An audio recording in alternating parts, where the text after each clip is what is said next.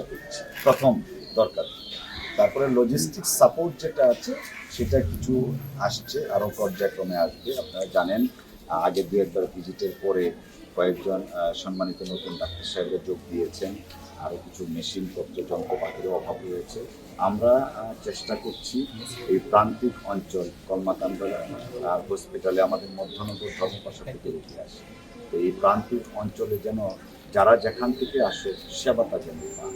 তো ওনারাও মনে হচ্ছে কমিটমেন্টের জায়গাটা থেকে ওনারা একটু ইমপ্রুভ করছেন। আর এখন যদি আমাদের আইন শৃঙ্খলা রক্ষাকারী বাহিনীর এখানে একটা গুরুত্বপূর্ণ ভূমিকা আছে, ওনারাও মাঝে মধ্যে যদি আসেন, কারণ কথিত আছে যে হসপিটালের আশেপাশে কিছু দালাল চক্র থাকে, তারা রোগীদেরকে ইনফ্লুয়েন্স করে তাদের জায়গায় নিয়ে যায়। এখানে 150 টাকা লাগে সিবিসি করতে, বাইরে 300-350 টাকা। খুব স্বাভাবিকভাবে ওনারা ইনফ্লুয়েন্স করে বাইরে নিয়ে যান। আরেকটা বিষয় যেমন শিশু বিশেষজ্ঞ এখানে জয়েন করবেন না, এরকম কয়েকজন স্পেশালাইজেশন ডক্টর প্রয়োজন।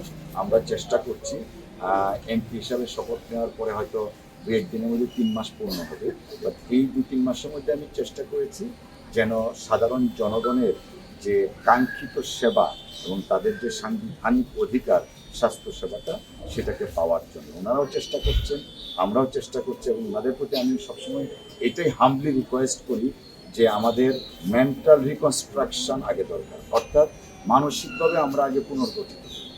আমাদের সীমিত এর মধ্যে সম্পদের মধ্যে আমাদের সর্বোচ্চটা ব্যবহার করতে চাই। আমার কাছে মনে হচ্ছে তারা হয়তো মেন্টালি যদি আরও ইমপ্রুভ করেন, ইনশাল্লাহ হসপিটালের মান আরও ইমপ্রুভ করবে। অসংখ্য ধন্যবাদ।